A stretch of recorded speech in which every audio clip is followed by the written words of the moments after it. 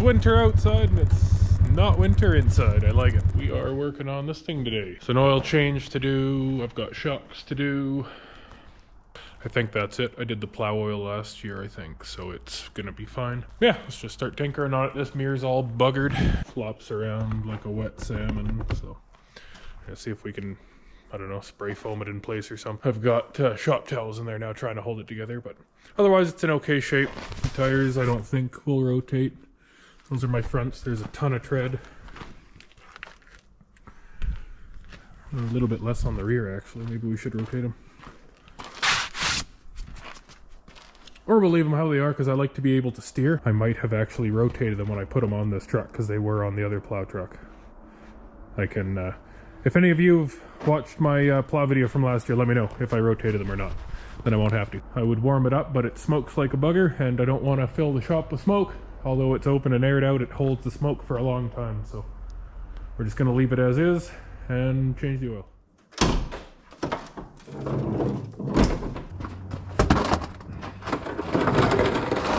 So I got a little bit lucky and the gravel I bought froze. So I can actually roll the creeper around on it nicely. Now going off memory, I brought a 16 mil and it's a 16 mil drain plug. That's cool. Make sure I drain the engine, not the transmission. Alright, ye old rust bucket.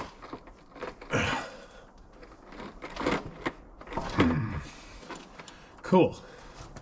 The guy that was here last was smart and left the drain plug so it can actually come loose. I'm that guy. And bloop.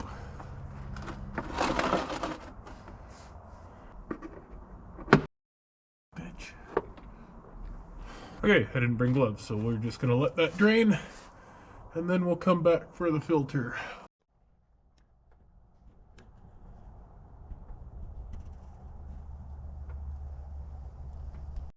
So the tarps are working awesome. I just noticed that they are making some crinkling.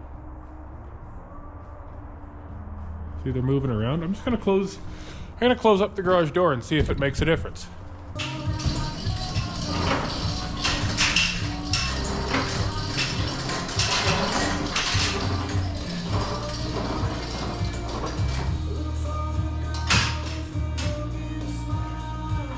So yeah, the tarps are still moving. I got to get that centerpiece done and I got to get the top done. Don't know what I'm doing with the top yet. Don't know what I'm doing to the centerpiece yet. I'm either going to mill some wood up and put it there, buy some tin, put it there. Tin's the quickest and easiest, but it's a trip to Kamloops and the roads are bad now and I don't like bad roads because people are stupid. Anyways, it's better with the door closed. That's cool. Makes it feel like a shop in here and the sun can come in a bit better. I found out why the exhaust is loud. It's not even connected in any way, so that needs to be fixed before I run this thing. Let's see how the filter goes. Spin you! It's spinning, it's just difficult. I could be delirious. Maybe it's time to go grab a filter wrench for the shop. Got a regular strap wrench. They work well, go around. And then you just loosen it like normal. Why is it windy in here? That's annoying. You probably can't see a darn thing and I'm just wasting my SD card space. I could just live in the bucket for now. Of course, we're going to take our oil and lube up the gasket on the filter. Just got to use your power finger to get in there and then just a little swirl of oil. Some people say to pre-fill your oil filter, but you know what? When you start your vehicle, all the oil runs directly into this thing from the system, so pre-filling it's kind of a waste of your time. I'd drop it for sure. When you start these engines, it's bang, oil pressure right away, so you don't need to worry about pre-filling these. Sorry, I don't have any source of power in the shop yet, so I can't get a trouble light going, and I don't have a battery powered one. And these you just want to go hand tight. I like to go as tight as I can by hand. Not 100% done draining, but it's just about there, and I don't want to wait 2 days. Make sure your ratchet's going the right way before you get it up in place. These I like to go a couple hand bumps with the ratchet, good enough. So I've been using this Motocell. It's just what my parts store sells. I was using Klondike last year. They're equally good. This is a Euro rated actually, but it's a 040, so full synthetic. This is so when it's minus 40, I know she'll start. This is going to be nice and thin, and it'll allow everything to spin nice and freely.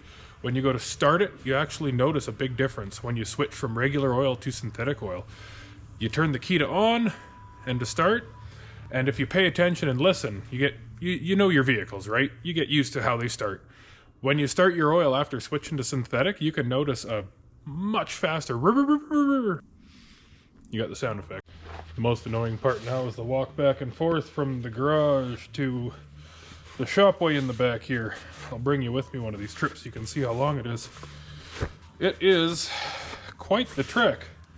And when you forget something simple like the funnel and you've got to spend 5 minutes walking down and back. 5 minutes, I'm exaggerating. It's probably less than a minute each way if I'm being serious, but when you got to do that 10 times a day, because I'm slowly moving the shop up here. Come on, you. Yeah, I'm slowly moving the shop up here if I haven't showed you around yet. I've got just a tiny little workbench in the corner there. Forklift's dead in the middle of the yard. I've got spark plugs here for it. We're going to change those today too.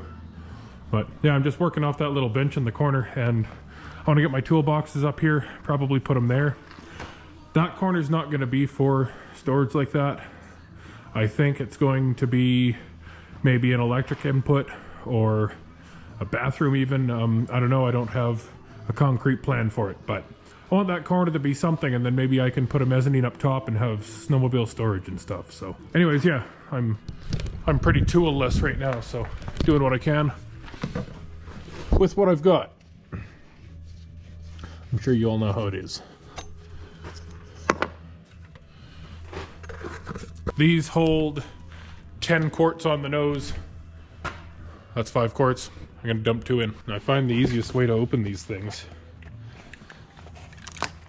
is to just use your finger of steel. Just take it, poke your finger through. It's quite easy. Yeah, look how nicely that flows. It's minus oh, it's got to be -6 out here still. Celsius. I don't know Fahrenheit. Sorry guys. Leave me in the comments if you're from Canada, or if you're from the States, or if you're from Europe or Russia, Asia. I'm curious. We're weird in Canada here. We use feet for a lot of things. We use Celsius for a lot of things. We use Fahrenheit for a lot of things. We're a big old mix. If you're cooking, we cook in Fahrenheit. If you're measuring how tall you are, it's feet. Well, what about what you weigh? That's pounds. What about how much flour to put in your bread? Oh, that's grams. Speed on the highway? It's kilometers. How far did you travel? Oh, 60 miles yesterday. It's awesome up here. It's confusing. Not as confusing as some things, though. And I'm rambling. Time-lapse time.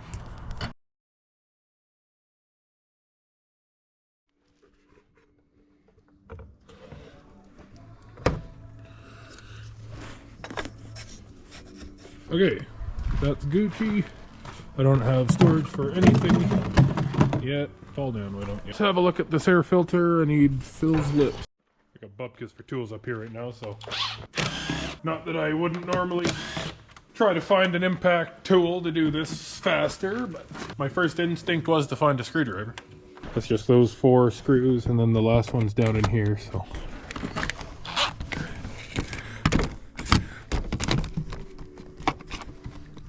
That's why I like finding a screwdriver. This thing's not quite long enough. We win. What's inside door number 1? What in the hell? Oh, my brain farting dumbass. Look at that. It's got a K in it. Nice and clean inside. Not nice and clean inside there. Whoa, look at that. We're gonna have to bring that down to the garage. I was looking at all, can you see those, I don't know if it's gonna focus. I was seeing those inside and I was thinking, what's going on? Thinking transmission spray. It's a K&N filter. They have red oil on them. I don't have an oiling kit actually, so we're just going to do our best to blow this crud and gunk and happiness out and put it back in. Anything else I need while I'm down at the shop? It's got our 10 quarts oil in it. Yeah, look at the restriction gauge. It was hardly even restricted. Cool. Oh darn it! I was gonna buy a fuel filter for it. I completely forgot. It still runs. It's not that old. Actually, you know what? That filter's probably fine. Using this for plowing only, that filter can pretty much be based on runtime, and it didn't run all that much last year. It's December 1st, and it's just barely snowed here. Shh. Look at this. It just, like, we've usually got 2 feet of snow out there by now, or more. And there's snow in the forecast, but they're calling for skiffs like this every night, so I don't know. We're gonna get this ready and get it insured anyways, just to be ready. As you know, I do all the mailboxes, so we gotta keep those free and clear. To the air compressor.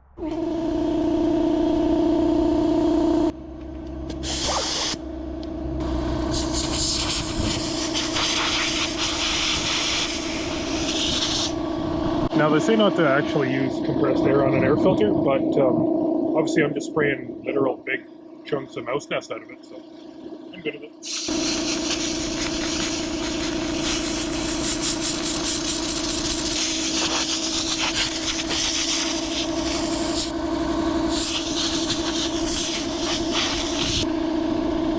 It keeps spitting at me.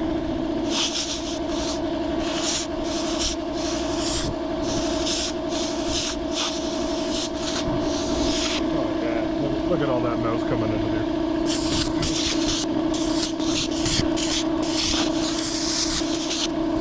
Well, that's better. You can actually see daylight through it now. Okay, so that's 1,000 times better than it was. And a couple of pieces of plastic in there for whatever reason. But we're definitely going to reuse this filter. It's a K&N. In theory, they're good for life. Me personally, I've never been a fan of K&N. They don't filter all that well, believe it or not. The dirtier it is, the better it works. The reason I don't like them was I was in the power sports industry for a long time. And in the power sports industry, whether you know what that is or not, is ATVs, snowmobiles, that sort of thing. And ATVs specifically, well, they benefit from small modifications, like an aftermarket air filter. You get some power out of them. The problem is these air filters don't filter that well, and when you're riding in dust and sand and mud and all the sorts of crap that's up in the mountains and in the hills and in wherever you're quadding, these filters let that into the engine. And, well, you end up with blown up quads, not so much snowmobile, you end up with blown up quads and side-by-sides, because they're ingesting so much contaminant. The filters just can't keep it all out. The OEM air filters are designed to let nothing in. They keep all the dust, all the sand out of your engine. They don't flow the best. There's a reason for that, because they're actually stopping the contaminants and the particles. So run stock air filters. If this had a stock air filter in it, I'd be putting a new one back in it. Because this truck is only run in the winter, there is much less dust and whatever on the road because it's all frozen.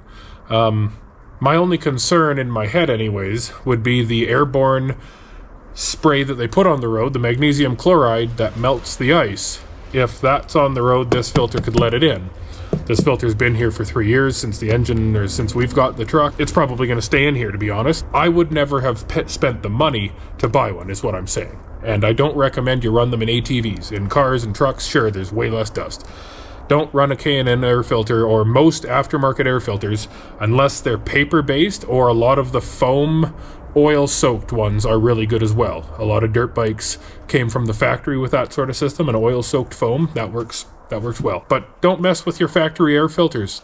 You're not going to get enough improvement in performance to warrant the damage to your engine. Is the transmission. and have a look. It's nice and red. There's no smell at all to it. So we're just gonna put that back. When we got this truck, I'll tell you a little story. When we got this truck, it came from, half an hour down the road. And my dad's scrolling Facebook Marketplace, and here's this thing pop up. The guy's got it listed for $4,000, and that's not a bad deal for these trucks. It's rusty, whatever. Anyways, I looked at him and I said to him, I dare you, and I bet you that you can't pay less than $2,000 for this truck. Well, if you would have known my dad, challenge accepted, right? We're down the road. Half an hour later, we're at this truck. Got a hold of the guy. He met us there. And we look up and down it, and it's got this coolant leak underneath. We took it for a test drive. It shifted fine. It's got this coolant leak underneath, and oh, that's not good. So we haggled the guy, and I'm kind of just standing to the side, and we always tag teamed, but yeah. He's going back and forth with the guy, and the guy wouldn't move beyond $3,000, and the guy was probably 40 years old. His mom was there with him, 70 years old, I think she said she was. And yeah, she finally says to this guy, I forget his name, but let's say it was Rob. Sorry if you're a Rob, I'm not picking on you. She goes, Rob, just sell this fucking thing. I've had enough of looking at it. Get it going, $2,000. Sold. And my dad looks at her and he goes, well, it's in pretty rough shape. Would you take $1,900? And she goes, sure.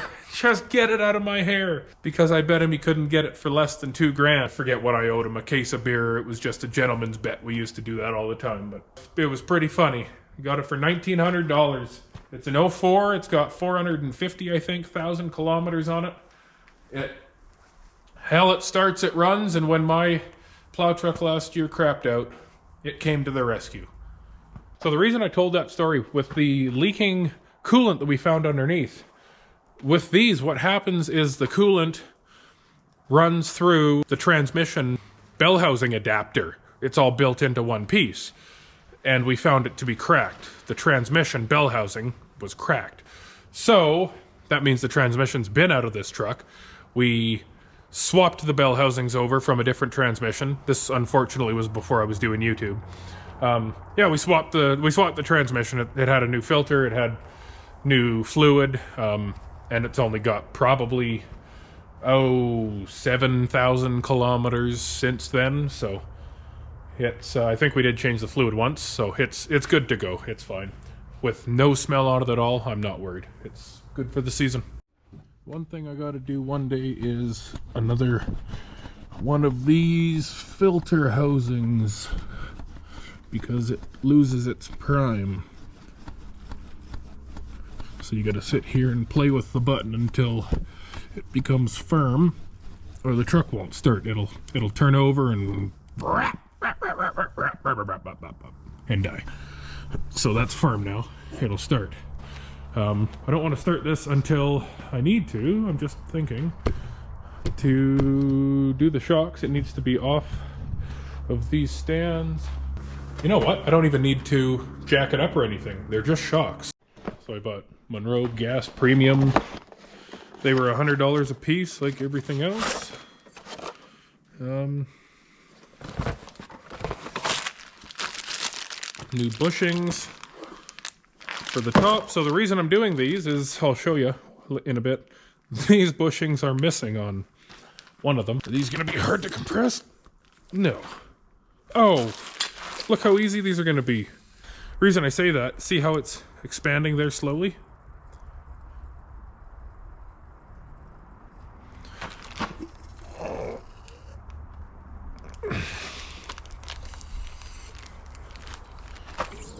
If I brought that underneath, that gives me so much time to get it in place. Brought all my tools from the shop. Got them on my rolly bench here. Impact's ready to go. This is for 3/8 that I just grabbed from this toolbox to fit that nut in there. I thought I brought a 15 for the 1/2 inch, but I brought a 16. So one more walk to the shop. I don't know how many more of these I'm doing before I get the forklift going. Not forklift going, get the Bobcat going and get my toolboxes up here. Having the toolboxes up here sure would be nice. Screw it, I said I'd bring you with me once. I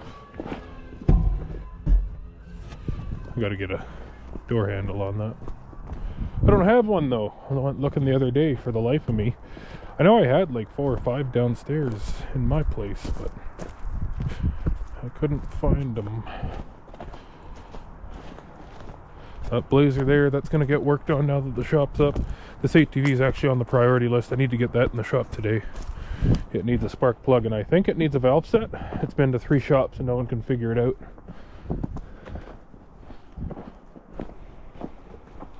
Don't mind all the cans. Those got to go to the bottle depot. Haven't been in like 5 years.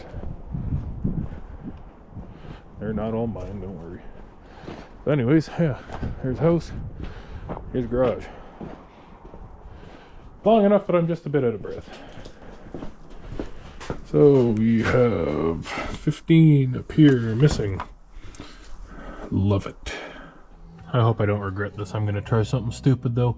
I've got a 16 on there with this great big long extension.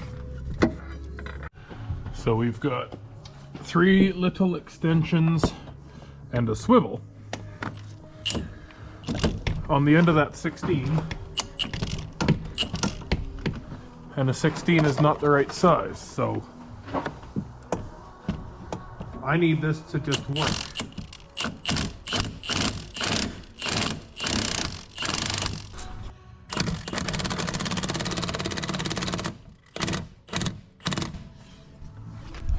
Why isn't that hitting hard? Oh, because it's on its weird setting. Let's get that on number 3. I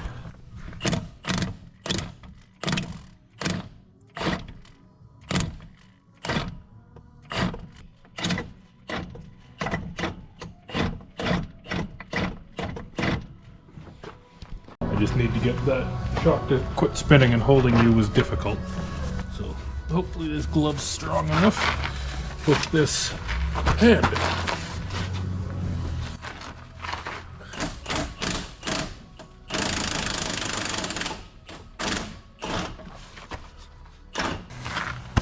Another trip to the shop, I guess, for great big channel locks to hold it.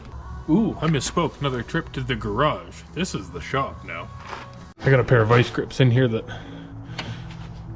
there we go. Got my glove, but that might hold.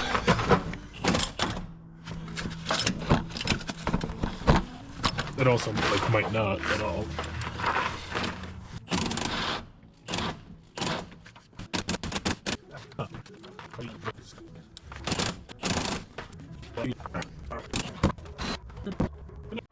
Okay. The old bushing out of here, and then we'll go to the bottom and take the shock out.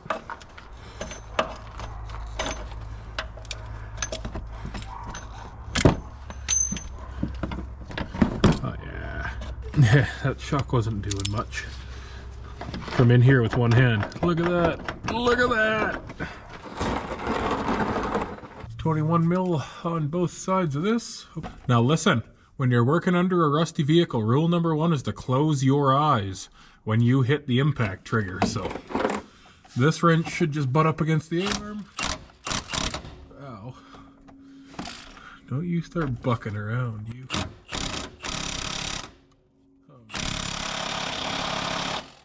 Oh good. I probably can't get from this side, can I? You're gonna be this kind of difficult. No doubt if I could get it from the other side, it'd come.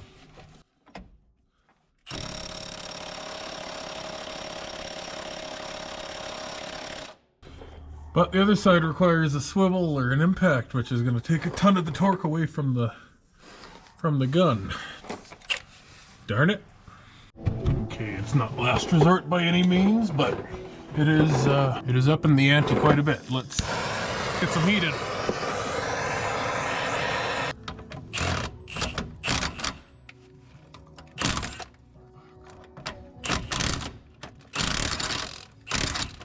This thing is not as controlled as the last one.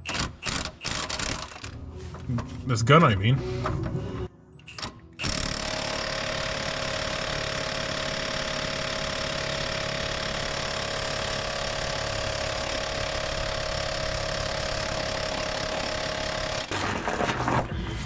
One last hope is a swivel ball extension. It's got sort of a shapely end so the sockets can wiggle around. Okay, so see, that's got a bubbly end to it, so this can go on and do some movement. Yeah, look at that. Now everyone at home, cross your fingers for me, please. I'm gonna put my hood on to keep everything out of my eyes. Now it turns, it's a good sign. Just get the holder on it now, get the wrench up here.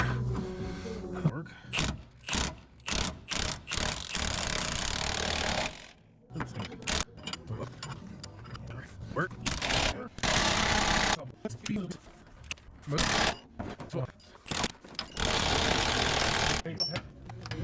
Well, consider that's the only way I can get on the nut side. More heat.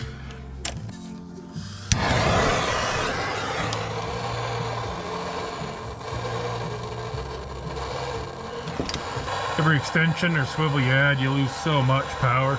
Because that torch has been on there until it's almost glowing. Yes! There we go. When in doubt, heat it up every time. Heat it up every time. That'll be hot, so don't touch it.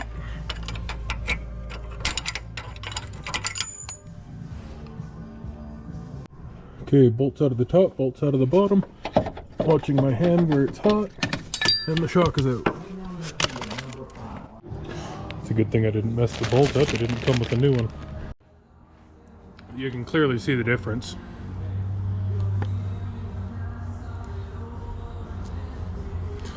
So that's why it's getting new ones. And it should be straightforward. I want to make sure that we install our rubber and our washer. Oh good, you're at 75%, you're gonna start playing the battery game. So anyways, cone, rubber, hang in there for 2 seconds. This goes up in the hole. Okay, we got it compressed and in place. Now we can, and the bolt in. Yank up on that. That's all there is to it. Now our new washers and rubbers and the new nut. Practice safe suspension, use the rubbers. The new part has a 15 mil nut, so got a 15 on it, this long extension, and then I'm just going to burp it in there. Swivels come in handy in every situation.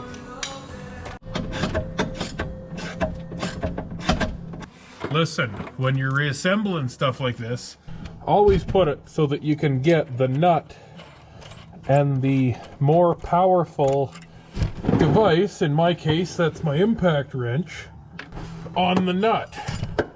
Because the nut is the part that's going to seize to the bolt. So if you've got the nut facing the gun, in which case this is backwards, you can actually get the powerful gun on the nut to remove it when you need it. And that's all it takes. Let's do the other side.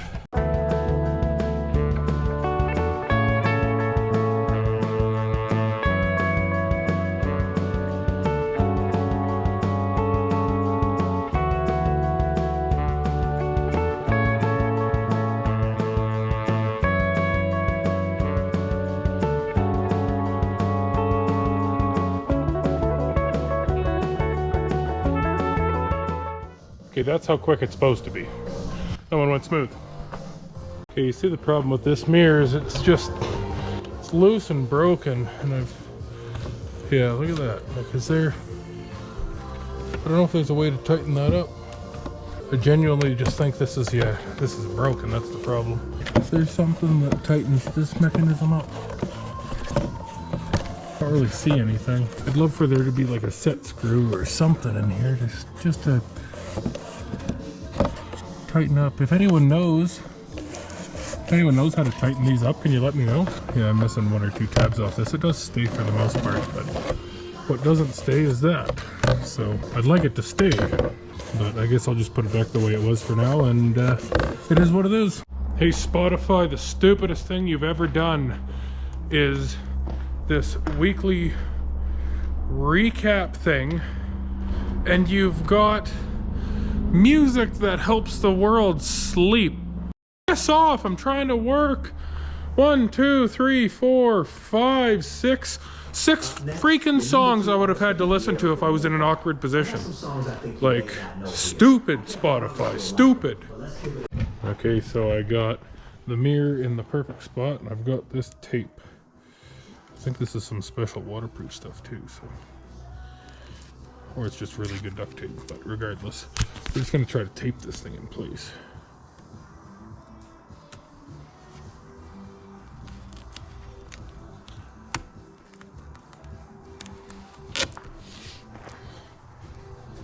Nice thing with good quality duct tape, this is Gorilla brand.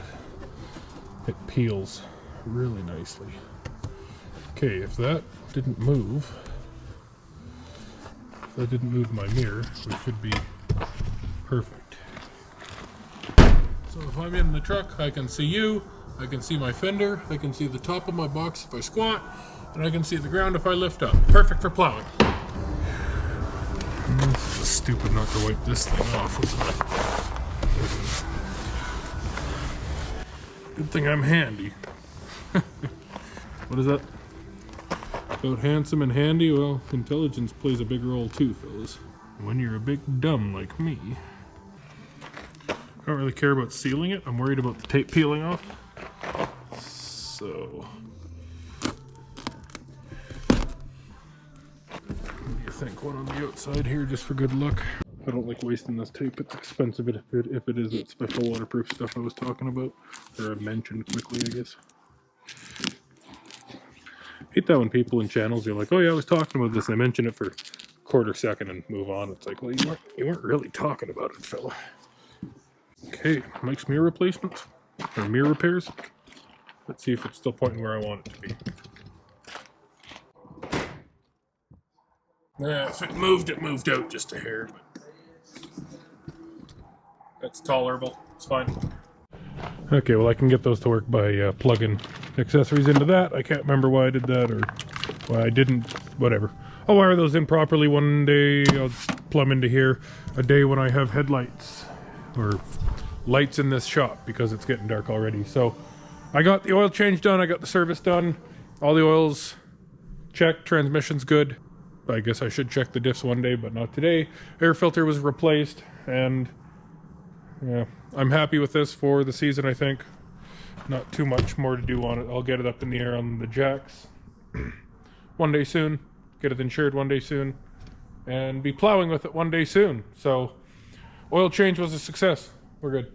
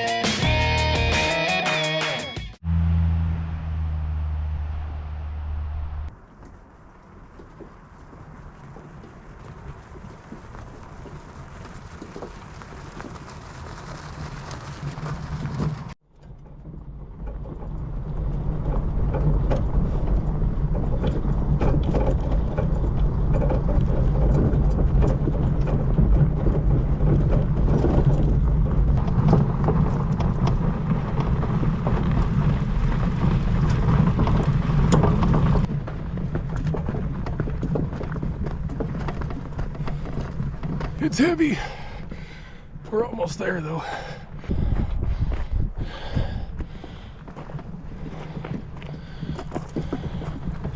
The average person would be thinking right now, Mike, don't you have a bobcat?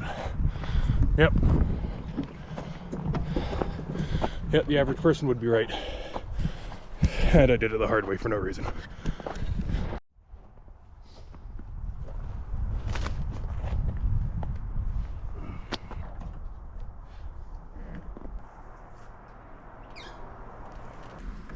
Couldn't remember if I left that loose. There's a cap on there, I had out. Water should be coming out here though. Unless I left something else loose on it. I don't think so. I blew this thing out so well. If it's frozen solid, I'm gonna be mad. That's good. Means there's no water in the pump.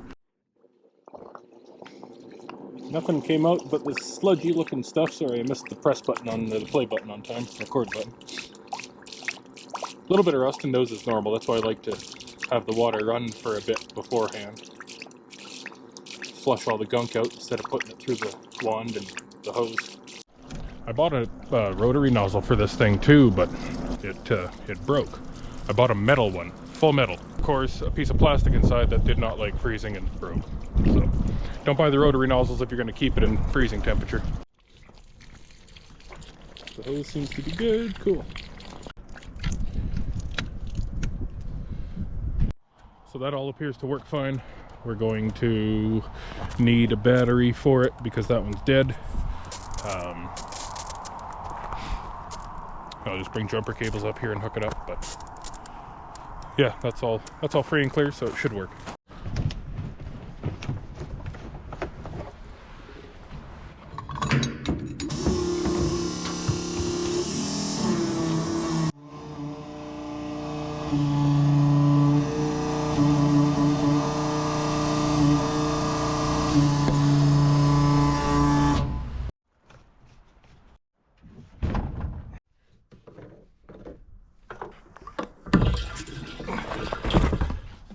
Good nozzles, lots of flow, nice. I got a hole drilled in the top of this jerry can up on my thumb here if you can see it. That really allows the air to flow through there. It's just a tiny little screw, but it works. That didn't quite take the full 20 liters, so I guess it wasn't right empty. Yeah, that's all I got, just this little twist knob that I found one day. Drilled a hole that was the same size. These Amazon caps are just awesome. Maybe you should start an Amazon store and advertise that stuff, I don't know. We have gasoline. A bit, half a tank. This tank's huge, it might be enough. Okay, our goal today is cleanup of Louise for the last time of the year. Plates are off her, she's no longer insured, she can sleep for the winter. So I didn't have it plugged in, but it's really warm today. It's above zero. It's supposed to get up to 6 or 7 degrees, and I almost believe it. It's been, yeah, above zero, above freezing Celsius all night. So other than the fog, and oh, she's got batteries, sweet. She might just flash up.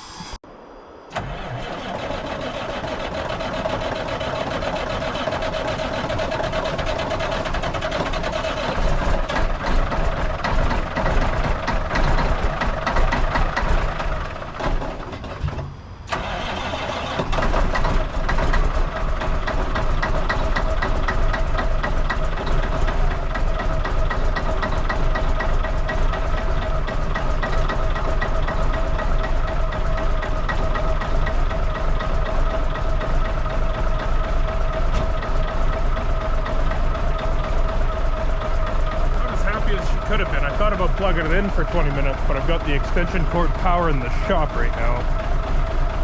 I guess I should have been a little more patient, but that's the last cold start of the year. We've got oil pressure. She usually smooths out in a couple of minutes.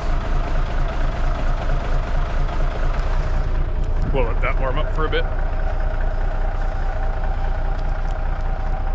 Since I got the shop going, I've been looking for a heat source.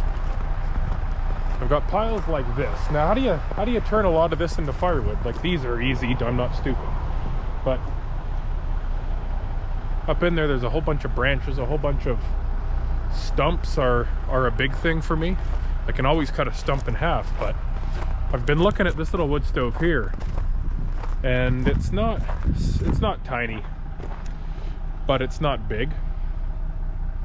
I was looking on Amazon one day, and you can buy a face plate that goes onto a 55-gallon drum. I don't know if it'd quite accept that in the faceplate, but I can half that and stick stuff like that, just great big hole into a drum.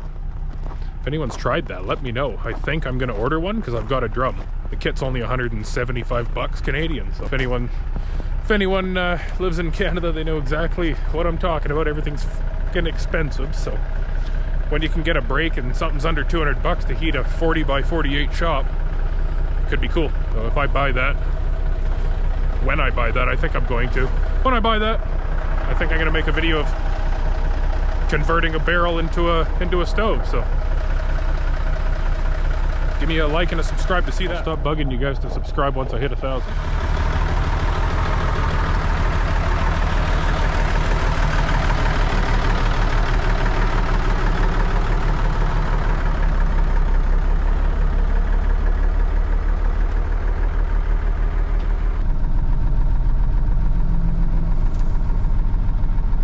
This, I think I'm going to spray, I want to turn it around though. I was going to spray one side and move the truck spinning around. That requires a lot of messing around, and I don't feel like doing the mess around. Good old words of Ray Charles. If you're driving a truck and you're rolling forward with your foot on the clutch, you've got it in reverse because you're trying to back up, make sure you step on the brakes and stop before you let the clutch out, because you'll snap your drive shaft right in half. You know you're a truck driver when you open the door to see behind you. Windows are fogged up, no big deal. Okay, we are beside the doodad, so all the water should run the way it wants. We can lift our box.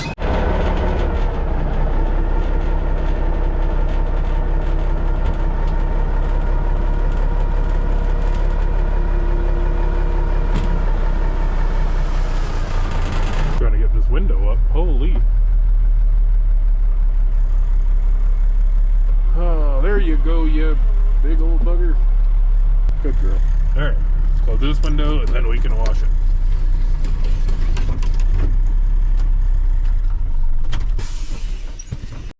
Finally, I hear that stuff moving. Yeah, look at that. That's been stuck up there for so long. Yeah.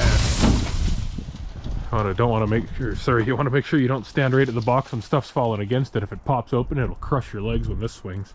If everything goes well for this winter, I want to swap boxes from the Sterling. So if I get around to that, I'll make a video of it, obviously. It's the whole point of building the shop, so I can keep this channel going throughout the winter without a big fight. Anyways, let's get this thing washed.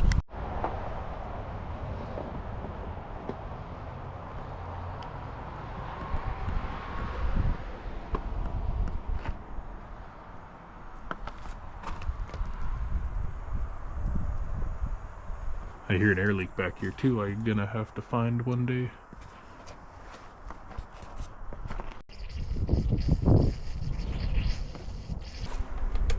It's got a little battery left, so I'm gonna conserve that for the burner.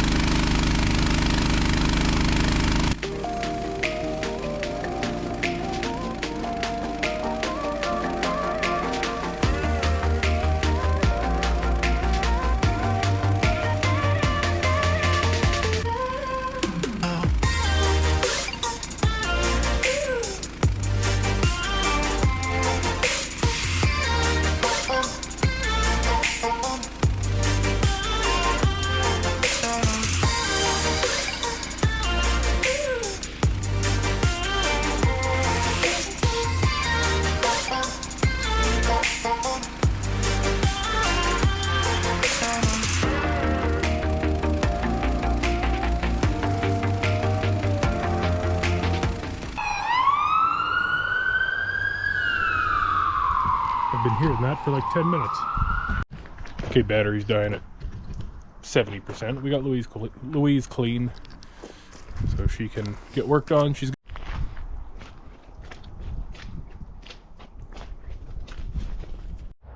so unfortunately right now that is my only source of light in the shop. I'm gonna get this forklift going. For some reason it looks like you can see really well right now. Look at this. I've got the end wall closed in. Just the rafters are breezy now. I don't know what I'm gonna do there. Probably start putting siding up. But yeah, we're gonna get this forklift spark plugs changed, and I don't think you're gonna be able to see well enough. It's pretty straightforward. I will show you any trouble that arises. We'll see when this runs. We got brand new NGK BR4ES is what belongs in there. It's got BR5ES in it because that's all the parts store had. With NGK, here's a cool little blurb. So a little tip for you. NGK spark plugs. The lower the number, so this is a BR4ES, the hotter the plug. This currently has BR5ES in it because that's all the parts store had for me at the time. With BR4ES, like it's supposed to have, it shouldn't foul these plugs and shouldn't lose spark as quickly. These plugs are pretty much brand new. I built this shop with the forklift, so it's got 50, 60 hours on it maybe. These spark plugs shouldn't be toast. Anyways, NGK, lower number, hotter plug with Champion, which is kind of NGK's direct competitor when you're buying spark plugs for old stuff. NGK, lower number, hotter plug. Champion, lower number, colder plug. I don't have a Champion to hold up here for you. Lower number, hotter plug with NGK, lower number, colder plug with Champion. I can't remember about auto light because I don't buy auto lights because they fail instantly. And what else is there? Motorcraft? Motorcraft spark plugs seem fine. I have no clue what they use for numbering. And anything else I don't care about. I buy NGKs and I buy Champions. NGK is my favorite. Another little tip for you guys is these spark plugs often come with a threaded tip. So you can actually see this. So you can actually pull the end right off.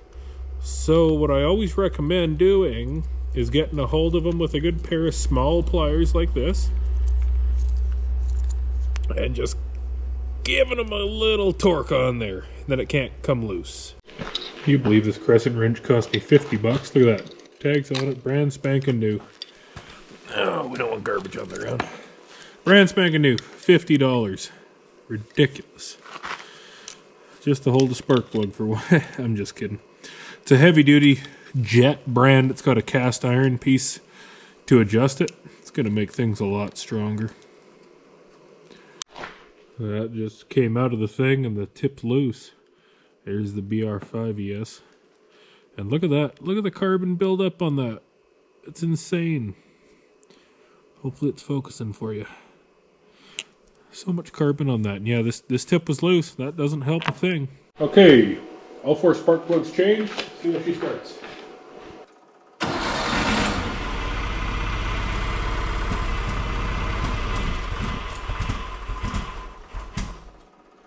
It might not be happy with my carburetor settings. Huh.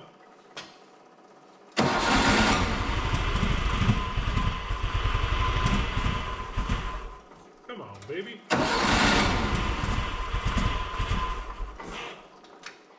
Okay, we're playing with the carburetor next. That's not today's project. I'm going to try to redneck the exhaust on that truck. I've got a 4-inch piece of pipe that was for a different truck that I cut a piece out of already so it was usable on the other truck. I'm going to see if I can cut it. Oh, I'm going to see if I can cut another piece out of it and redneck fix this. So as you can see, that's not very good. So what I'm gonna do is cut with my grinder. I'm gonna cut around this and around this.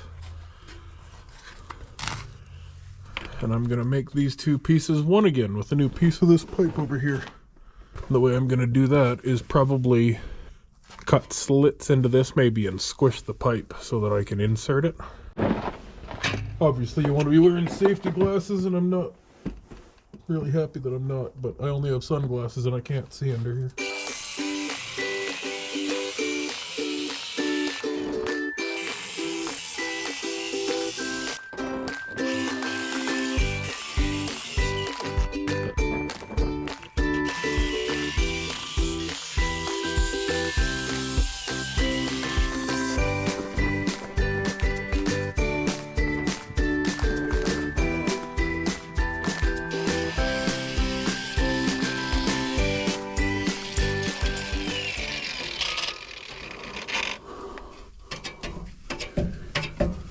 Metal fatigue.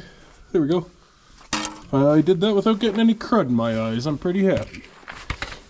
Okay, I think the best way to repair this pipe, because this is just kind of two angles a little, I can either take that much out of the pipe and force it in there, or I can incorporate this angle into it. And I think this angle might help me. Means wasting more pipe, but if I'm going to be realistic about it, how much of this is really useful? I'll cut this off here, just on a bit of an angle, halfway around the corner maybe, and try my luck.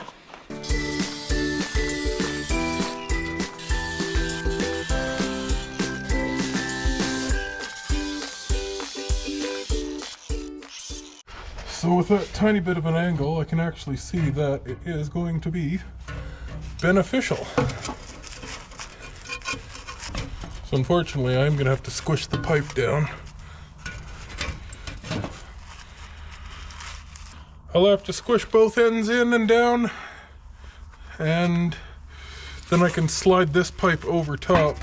If I can slide this over top, then it'll create a much better seal and make it easier for me to weld it later. I don't have a welder up here, so I got to drive it down to the garage and put a couple beads on it. So I think that's going to be my best bet.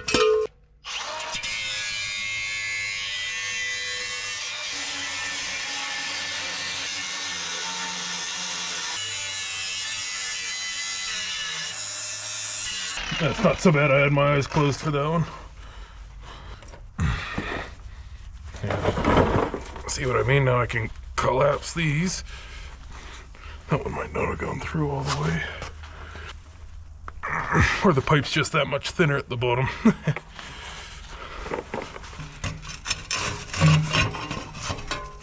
Now just keep bending it. A couple of spots I might have to grab.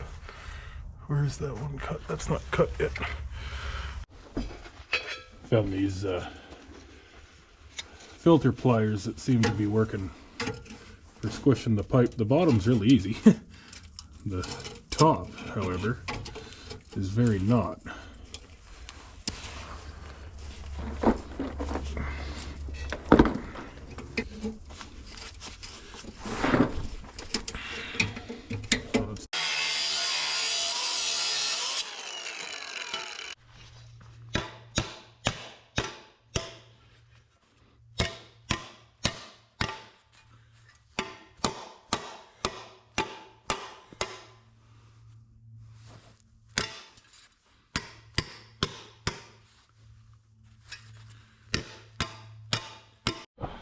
Check that out for Redneck repair.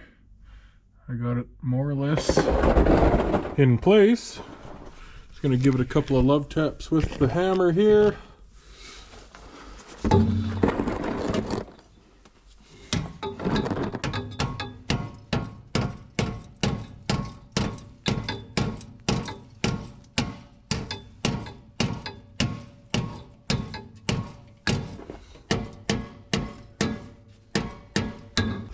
Other than the dirt in my eyes, there's a couple of welds to make, but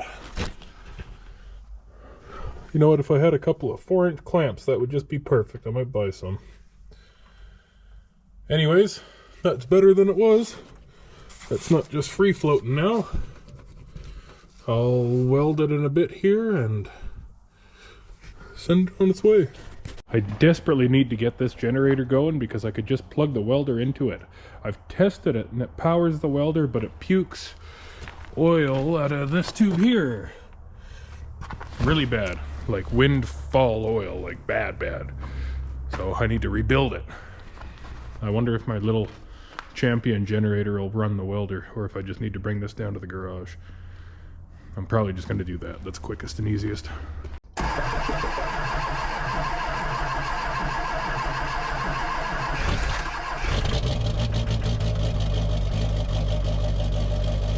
at that. That actually worked a lot better than I anticipated. Cool.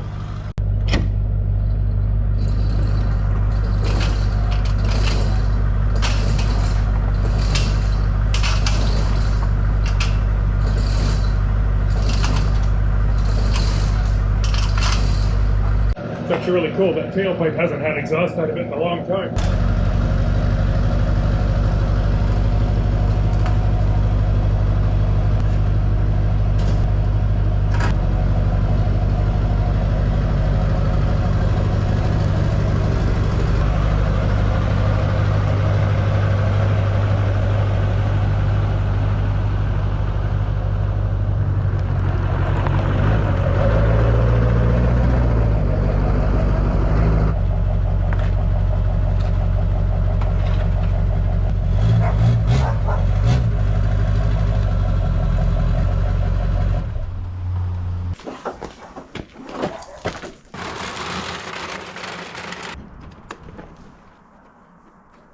Had this around for 15 years now, a bit longer.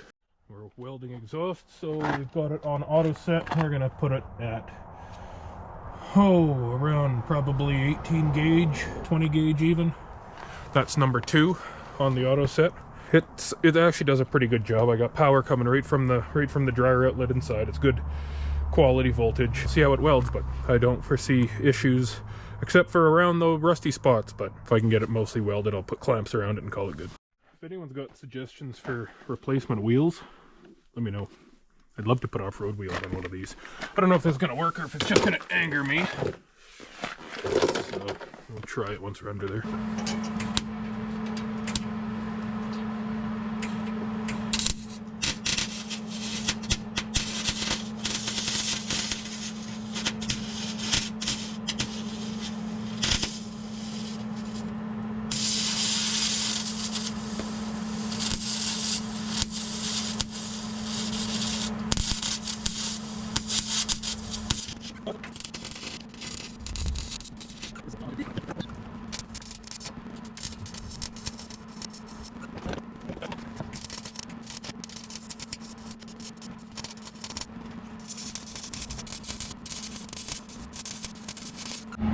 It's really ugly, but it's on there, and that's as much as I care to do right now underneath. When I get my hoist up in the future, I'm going to be able to do a much better job rolling around on a creeper with one wheel missing, of course, on asphalt that's all loose and bumpy. And yeah, I'll wait till I can do it properly.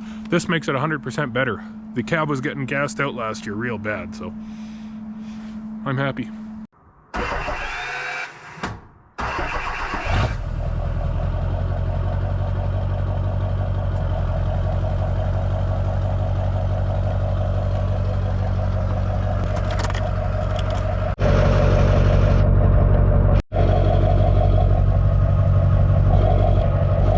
Actually feel exhaust out of that now. That's cool.